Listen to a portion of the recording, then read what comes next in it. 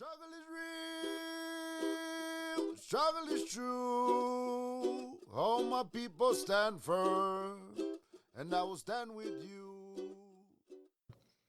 Welcome to the Defeating Can't podcast. I'm Andy Bestwick, founder of the Can brand. I'm stoked to introduce our first virtual guest, Kevin Mokuahi, joining us all the way from the beautiful island of Oahu. Today we're broadcasting from Las Vegas, and it's an honor to have Kevin kick things off. His story holds a particular significance for me, as my wife and I recently relocated from Kauai to care for my father, who also is battling Parkinson's, the same disease Kevin faces. Sadly, my father recently passed away at 80 years old, but witnessing his resilience, spirit of can, and in the face of adversity, he taught me the true meaning of having a can mindset. Kevin embodies this mindset throughout his entire life, and today we're going to delve into his inspiring story, adding to another chapter of his legend.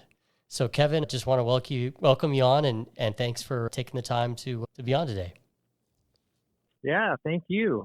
I'm honored, and I'm super honored that I was able to actually kind of virtually meet your dad, before he passed away, which was I carry that on every ride. So that's really kind of you to say. No, it's the truth.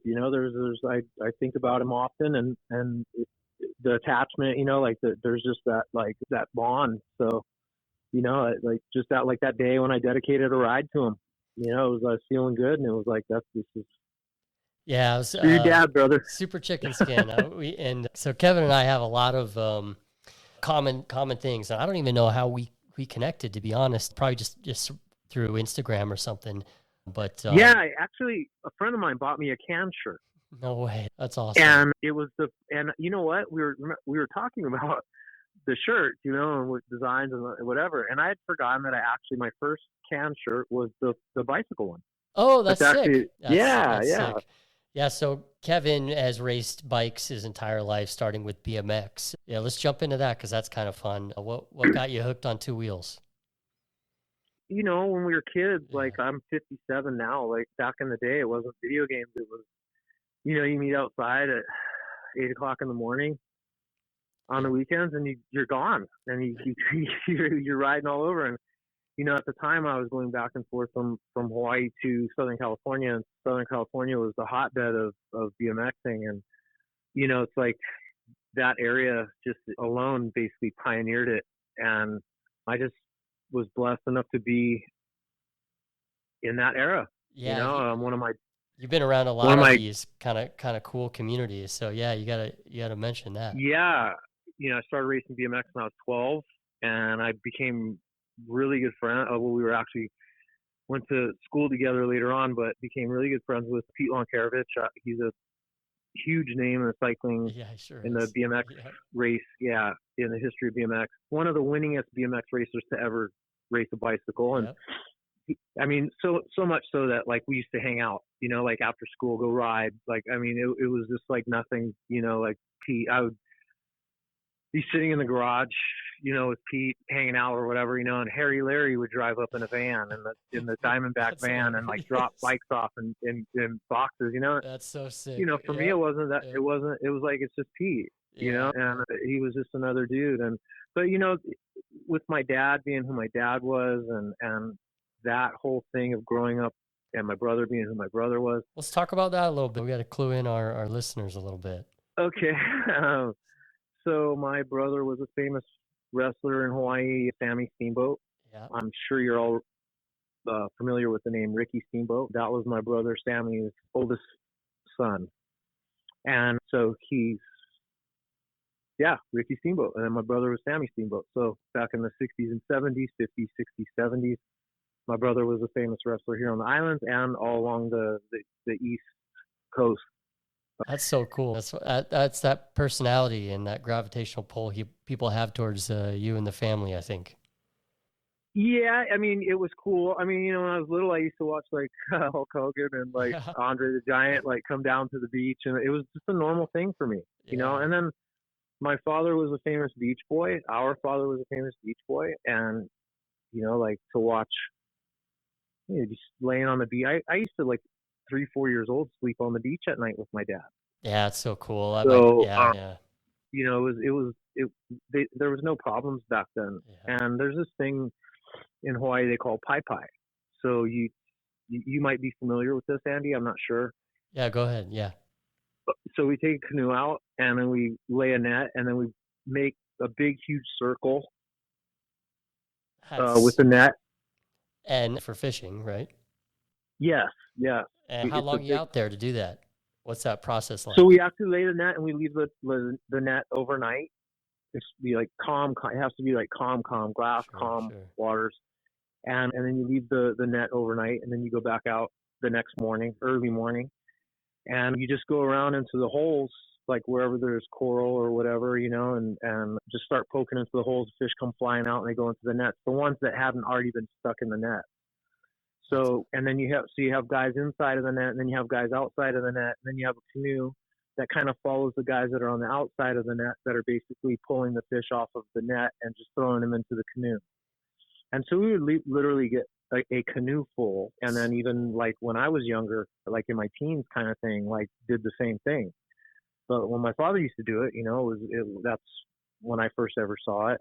And they would bring in a boatload of fish, and then they would cook it all up on the beach and have a barbecue and party at night. And That's so cool. What you know, beach were you guys typically at? Waikiki Beach, like where Duke statue's Wow, at can you right now. imagine? Yeah, unreal. No chance that's Yeah, happening so today, right? no, and there, Duke statue obviously wasn't there. There was a lot of, it was just a complete different world. Yeah, that's There wasn't cool. all the Hyatt Hotel had just been built. Yeah. So, my Yeah. dad was in movies with John Wayne. He was in Cool. From Here to Eternity. Debbie Carr, I had pictures of him with Debbie Carr, Vincent Price, John Wayne.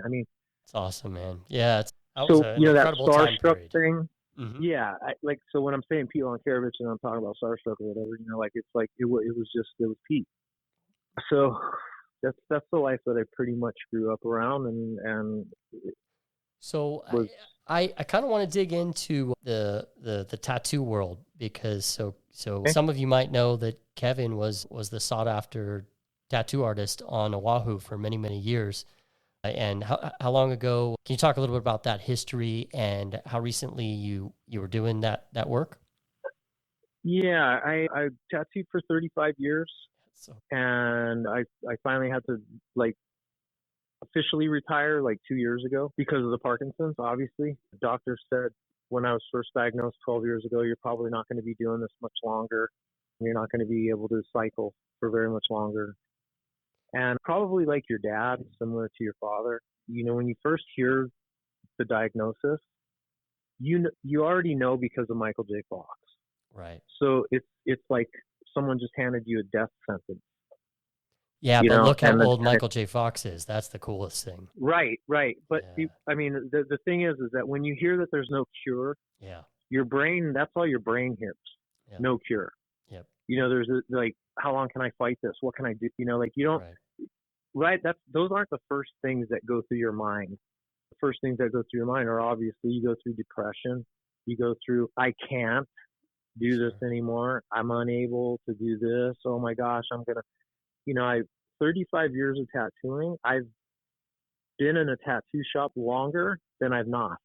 Yeah. Talking to you in the past, just the incredible stories and experiences you had.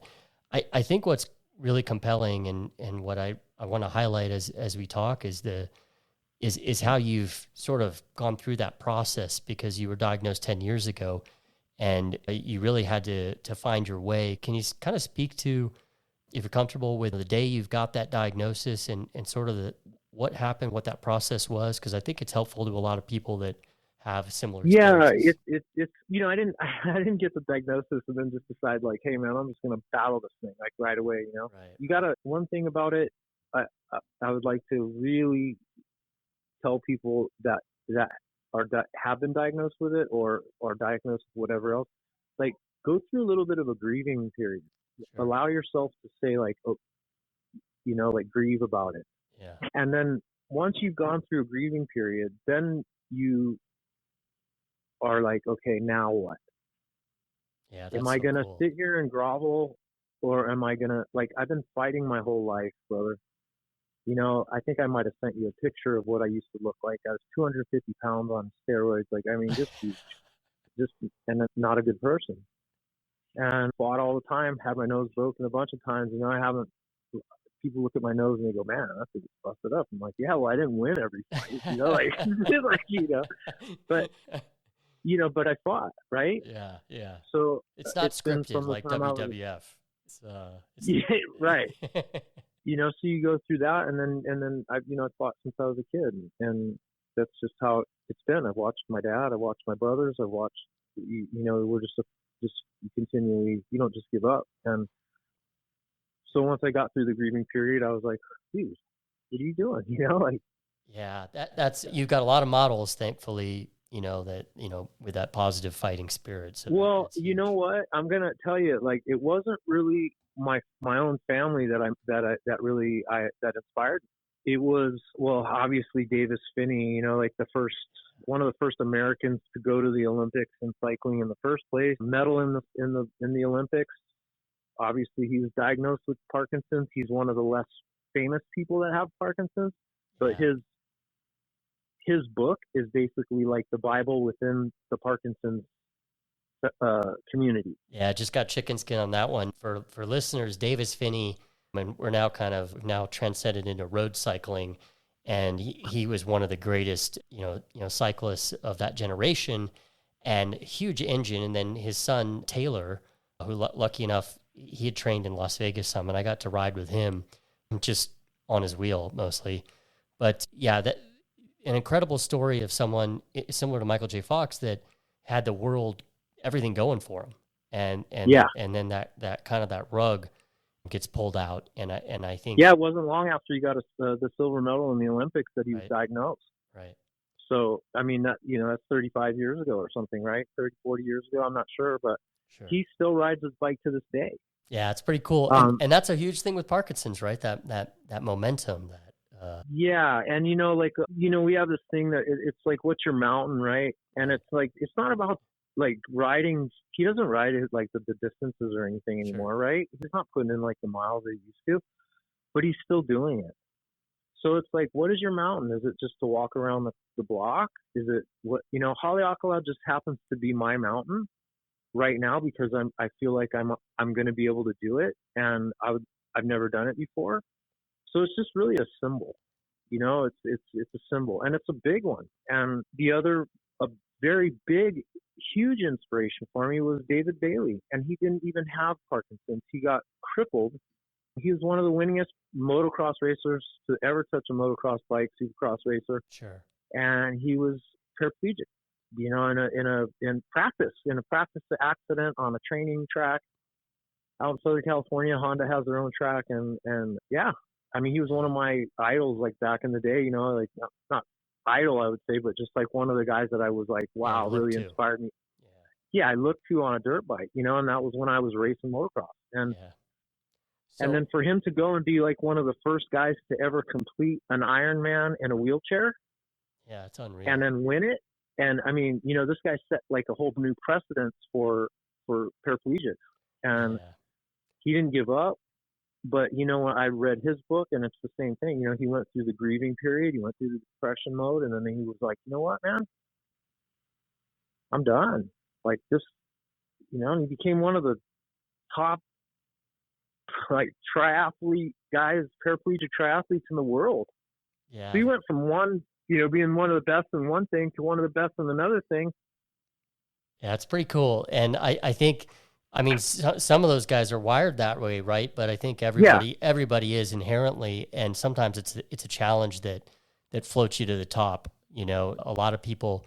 My father-in-law, he's an incredible story. I hope to even get my wife on, just interview her someday. But born without legs, they made a movie about him called Never Look Down, and he always said that people that he felt a lot of people that were quote unquote handicapped were those that were fully had all their faculties, all their abilities, all the capacity to do whatever they wanted, but they didn't do anything.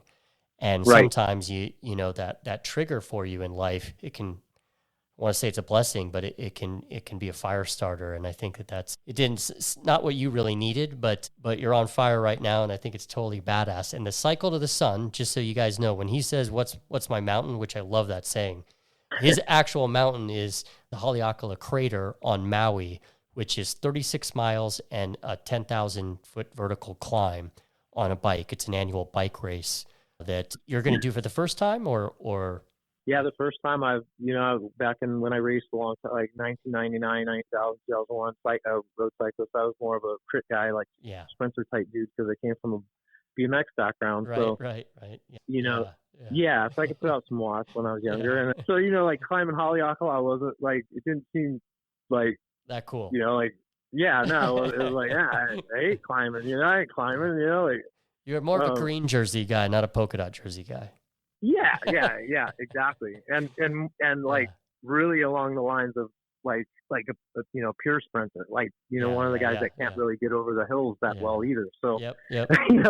You like that one to go bell ringing. Yeah. Well, you're up for it now, and actually, so you're doing the ride obviously as a big challenge for yourself, but you're also raising awareness for Hawaii's Parkinson nonprofit. Yeah. Can you talk a little bit about that and that mission and goal? Yeah, well, a lot of times what happens with Hawaii Parkinson's Association is that we raise money, and it'll be through either Michael J. Fox or Davis Finney Foundation or some other foundation. And, right. A portion of that goes towards that foundation. Sure. The monies don't get to stay here. Yeah, that's huge. On the island. Yeah. And which is something that I've been doing since 2018 when I did New England Parkinson's Association ride. I was the first person from Hawaii to do that and be a part of that New England ride, which took 14 years to get all 50 states. And cool. Hawaii was the 50th state. And I was the first one from Hawaii to do that and get all 50 states. So the year that I did it they had all 50 states. And then they also had Canada and other places, which was awesome. So, but again, that was through another organization. So what we're trying to not just bring awareness to Hawaii, but also Glenn Higa, which is the president of Hawaii Parkinson's Association. We will be most likely on Billy V's morning news, I think a week before Haleakala. Awesome. But he's a local boy, born and raised here, just like myself. He played AAA baseball, diagnosed with Parkinson's, and he just went to Dodgers baseball camp. And they didn't even know he had Parkinson's until 4 days in or something. He was just telling me the story 2 weeks ago. It was awesome. They're like, wait, what? Dude, you play you got a hit, and base, got on base and stuff. And everyone was like, whoa. And these are doctors and stuff, that were there. Yep. People that can afford that kind of thing, to go to a Dodgers baseball camp, Right. Yeah. So they were all like, whoa, But so him and I one of our goals, and I know you're familiar with this, Andy, is Hawaiians have a lot of pride. The most. And part of that pride is not allowing people to see your weaknesses. Yeah. Yep. And it took me a while. Weakness. Yeah, it took me a while to see that this isn't a weakness. This is something that people need to see as a strength. Sure. And Glenn and I have spoken numerous times about that. Trying to get that stigma away from that. It's we want to. Hey, it's okay. Yeah. To have this disease, and it's okay to say you have it, and it's okay to ask for help, or it's okay to do this, or it's okay to do that. Right. But it's not okay to say can't. Right. That's my thing. I can't, and I don't even use it in my sentences anymore because of your company, because of you, because of your father. I say unable. Unable, yeah, not at this time. I'll use unable. I'm like, I'm unable to do that today. Yeah, the body just isn't going that way. But yeah, well, there's a there's a teacher on Oahu, real quick, that you'll like this because it's kind of a debit credit scenario she's created in her math class at Wahiwa Middle School. She's a math teacher. And if you say you can't do something, you have to write down 2 things that you can do and put them in this jar, which is hilarious. Right. So maybe there's something you can't do, but you have to have a refresher on the things that are possible. We just got connected with her and sent her a bunch of gear, and it was so cool to see that model, that concept. But kind of back to what you're saying, I was curious if Hawaiians, do you know if that's something that Parkinson's is, you've seen, or is it, are you a unique person within to be No, diagnosed? there's a lot of Okay. Hawaiians that have or locals that have Parkinson's, but they Okay. come from a generation that is, Sure. like I said, proud, Right. or Right. Right. it's just not, you don't talk about that kind of stuff. Yeah.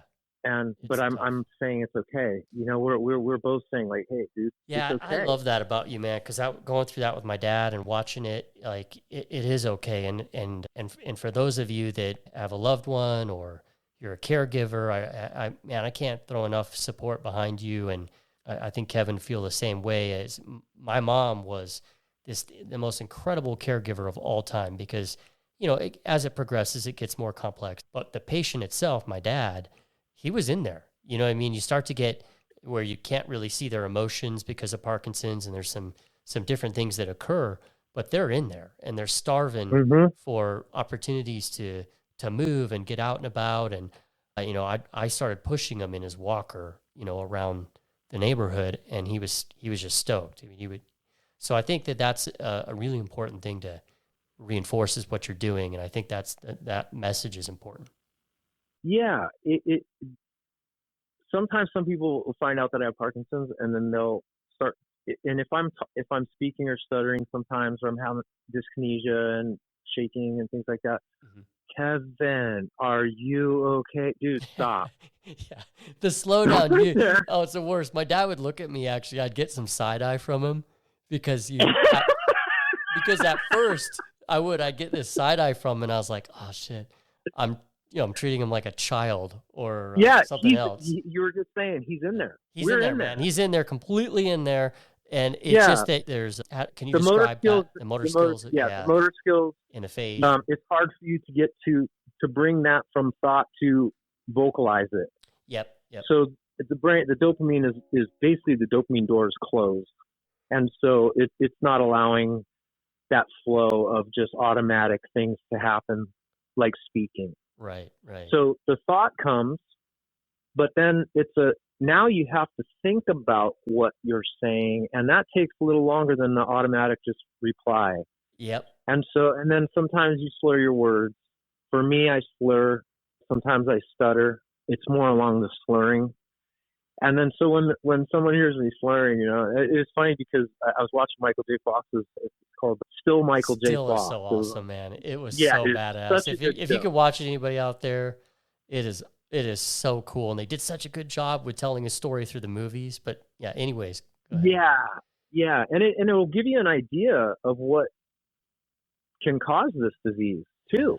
Just overabundance of anything, really. Like it doesn't run in his family and all that stuff. But yeah, to go back to that, he said, if my family treats me any different than they do, because they tease him and mess with him and stuff, and sometimes he has like 1,000 emails that he never replies to, and his wife's like, what the heck? And he's just like, I meant to, I just forgot, Yeah.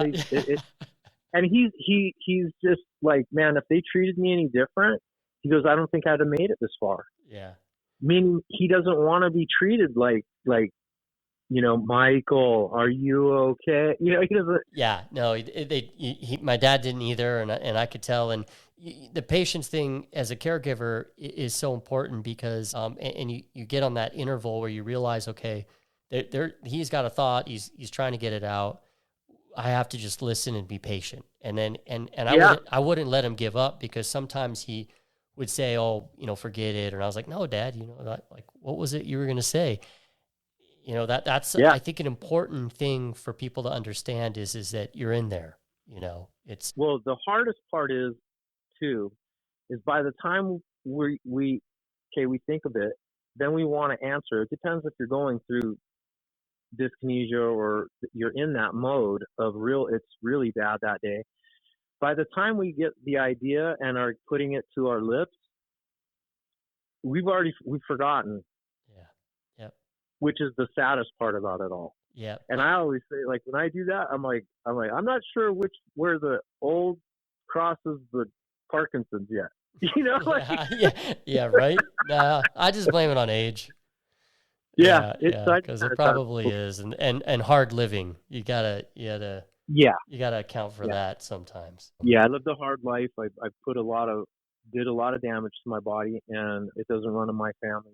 And it's when I watched that, my still Michael J. Fox, Yeah. it really opened my eyes to like, wow.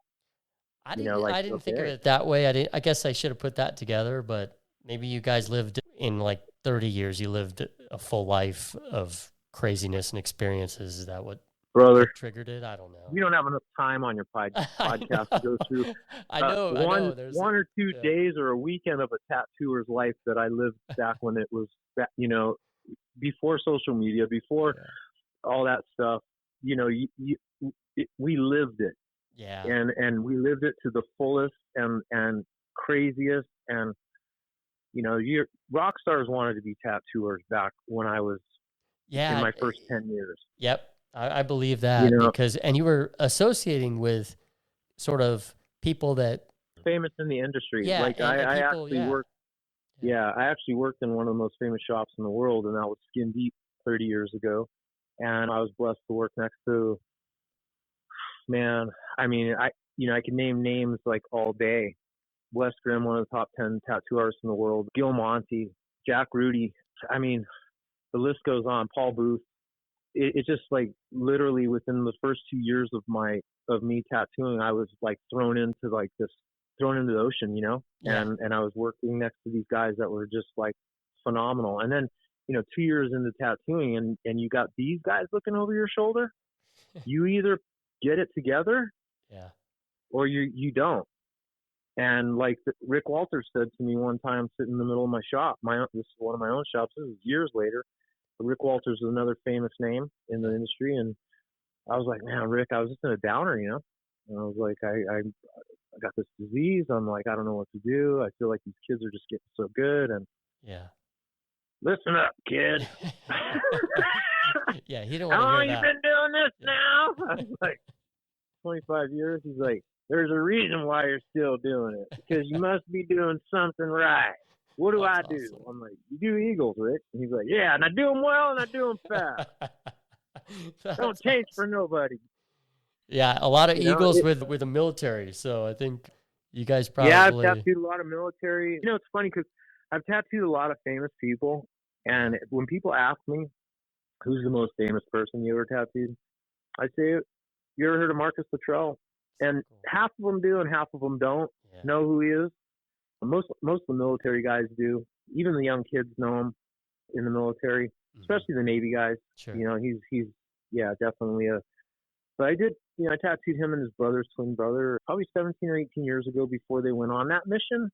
The Lone Survivor movie that Mark Wahlberg played, and you know, if you're familiar with that, or if you're not, you know, go see it. It's an awesome movie, and it's a really good story. And yeah, that's the most famous person I ever tattooed. I love that you said that. Yeah. And for listeners, my career path right now is I raise money for National Medal of Honor Center for Leadership. So I get to work with Medal of Honor recipients, and it's incredible. I love your verbiage there. Yeah, it's incredible. Your verbiage. Yeah.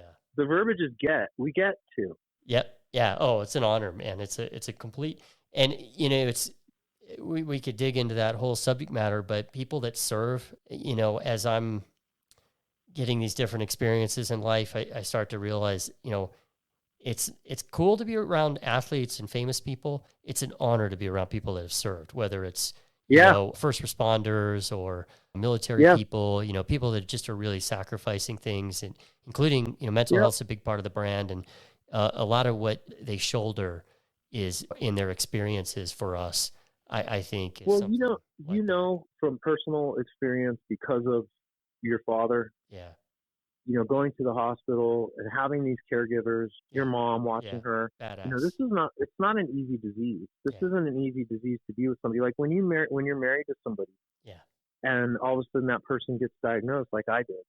My wife back then, she didn't sign up for it. Right. And as much as a person can love you or say, you know, through thick and thin, whatever whatever you want to call your wedding vows, this is a hard disease. Really hard. And not everyone is built, I guess, for lack of a better term, like your mom. No, it was incredible. It was the hardest job she ever said she had. Yeah. And witnessing it was, and I came to just support as a caregiver and ended up sleeping next to him and just kind of, because caregiving, it does fall typically if you don't have wealth, or really Yeah. you would have to have significant wealth and it's still, you still want family, because Yeah. you want, because if not, that person may not know that they're in there, you know Yeah. the little nooks and crannies of his mind, and you can love on him and kind of, just really Well, ensure it's that in is there. huge when it comes to the long term, Yeah. right? Yep. Like when you're talking about long term health and just Yeah. life and everything. When you have someone that's around you that's familiar, like when I'm in the middle of a full blown Parkinson's episode now, my roommate that I live with, he's been my friend for 25 plus years. That's cool. He sees it and he's like, "Do you need anything?" And sometimes it's just I'm sure your dad went through these same days where he just sleeps like all day. Yeah, Right? he would, and it would really Yeah. worry you because Mm-hmm. the setback in motor function, like you would, Yeah. it's like the new But the body is the baseline. same. Yeah. You know what? That's something, man. This may sound, I don't know, uh, whatever you want to call it, but I feel blessed to have gotten this disease because I was such an a-hole when I was younger, and I took so many things for granted. I had no patience, no humility. I'm still working on all that, but man, this disease has taught me patience. It's taught me humility. It's taught me that money isn't nothing. It's nothing. True wealth, it comes within family and friends. Yeah. And I can only count a handful that I can count on. You know what I'm saying? Like, so my friend that I live with, he'll see me in these days and he won't even wake me up. He'll just come home and then like give me a nudge and set like food on the bed next to me. That's so cool, man. And honestly, if I bet he has perspective, and I bet he feels really good about it. Because all of us can go through a day worrying about stupid stuff that is mostly about the things you're trying to acquire or the experiences you're trying to have and your setbacks related to that BS. And if you get an experience to be a caregiver, I can't even tell you how fulfilling it was for me. And I say caregiver as in I was an ancillary, like I was Robin to the Batman. I wasn't even hardly Robin. But I had the luck of I got to slide in when my mom was completely overwhelmed with managing the disease and just love on dad. Just get I was the fun parent. You got the easy part. Yeah, I did. I had the easy part. I just feel like, oh no, we got this, mom, and then you kind of need like caregiving. You almost need like two people because you need that other person to lift up the patient when the caregiver is beaten down, and then you also have to lift up the caregiver and get support them. It's very emotional, right? Yeah. I want to fit in some stuff before we go too far. Yeah. So you got a race tomorrow, right? You got a ride. I have a ride this Saturday. This Saturday, okay. Yep, the 27th. That is, talk about that a little bit. It's the Rockstar ride. It's basically like, you just go out and you just ride around the famous Diamond Head, basically. Mm-hmm. It's rough living here on the islands, and you get to ride around Diamond Head, and a portion of the proceeds goes towards Hawaii Parkinson's Association, and then a portion of it goes to helping me get to Haleakala to do this event. So basically, you just throw on an old rock and roll T-shirt and ride around Diamond Head and do laps, and you donate some money to the cause. That's all. Shirts. There's gonna be T-shirts, and we got your lanyards. We got can lanyards that we're giving away for raffling off, and we've got. Oh man, there's all kinds of stuff. Yeah, it's awesome. Free bagels and cream cheese, and from Jagger's Cafe. We've got. I mean, there's just so blessed, brother, at how many people have been stepping forward and wanting to be a part of this. And the Haleakala. Yeah, you're leading the way. I mean, it's so important to have people. That community, I'm sure, is thankful to you. I saw the TV interview, and I just think I can't remember who said it, but just that you in the cycling community are just so welcoming and warm, and people are learning about Parkinson's through that, and then being able to support you. So I give you credit for that, and I thank you for that with, all I, experienced with my dad and learning about the disease. So I'd love to ask you, how else can we help, and where can people donate? Where would you send them to support? So I'm going to be posting up here within either tonight or tomorrow, the flyers. There's going to be 2 flyers. Okay. One, it'll be like a QR code, Mm-hmm. and you can just scan the QR code. It'll take you straight to Hawaii Parkinson's Association, and you can donate whatever you want, and you can donate it in my name. You don't even have to donate it in my name. You can donate it in Climb for the Cause is basically what it is. Mm-hmm. So Climb for the Cause, CFT, whatever. Okay. C, yeah. Well, we'll get Climb this, for the Cause. And there'll be another QR code that you can donate through Wolfpack. That'll be for the Rockstar ride. It's going to be up out there, or you can actually just scan it on your phone or whatever, and then donate towards that. That actually you can buy a shirt through that one. Cool. T-shirts, I believe, are $20 or $25, and then a portion of that goes to Hawaii Parkinson's Association, and the other portion goes to helping me get to doing this event. And we'll be on like I said, Billy V a week before. June 22nd is Haleakala. So yeah, love it, man. I'm so proud of you. I just love where your mind's at right now. So one last thing, maybe you can edit this in somehow. Yeah. So I went to my neurologist the other day. Yeah. And this will be something that you're familiar with. Yeah. Is that they do it's a movement disorder test of some sort. It's called MDR or something rating. And movement disorder rating.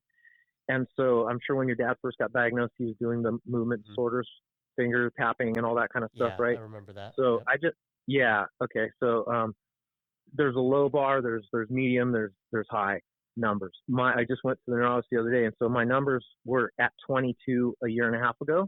Yep. And the other day when I went in, they're at 22. That's awesome, man. That's such a good lesson for people, and it's so that's so cool. Is insane. Good job. Right? Yeah. I mean, that's the baseline thing that that was always tough with Dad. Is we'd find a baseline and we'd want to keep him there as long as possible. And you're younger, you're fine. He was in his late 70s, so he was going to have a bunch of other stuff too. But man, that's awesome, and that's you're all in, man. You're dedicated. You're listening to your body. You're training. You're eating right, and you're staying positive. It's just a lifestyle now. Yeah. So it's not even a really think about it thing. Yeah. It's just you take a moment and you kind of chill whatever you have to do. And then you're just like, okay, it's time to get back to it. And it's good for everybody crazy. Involved. So yeah, it's super cool. It's crazy. Thank you so much. I appreciate you, Andy. I have from the beginning, and you've been, one of the other big helpers of mine has been Believe, and Believe is a Christian, believe. Mm-hmm. And I just think it goes so well together with what your motto is. Yeah. No, I love that Believe and then can period at the end. It's just this is it. This is really it right here. This is what it's all about. You can. Yep. No matter what. Yeah, especially with the stories like you. So we'll stay followed up on all of this. Okay. All right. Okay. I'll catch you soon. Have a great evening. All right, brother. Love you. Take care. You too, man. Take care. Bye-bye. Okay, bye. Struggle is real, struggle is true. All my people stand firm, and I will stand with you.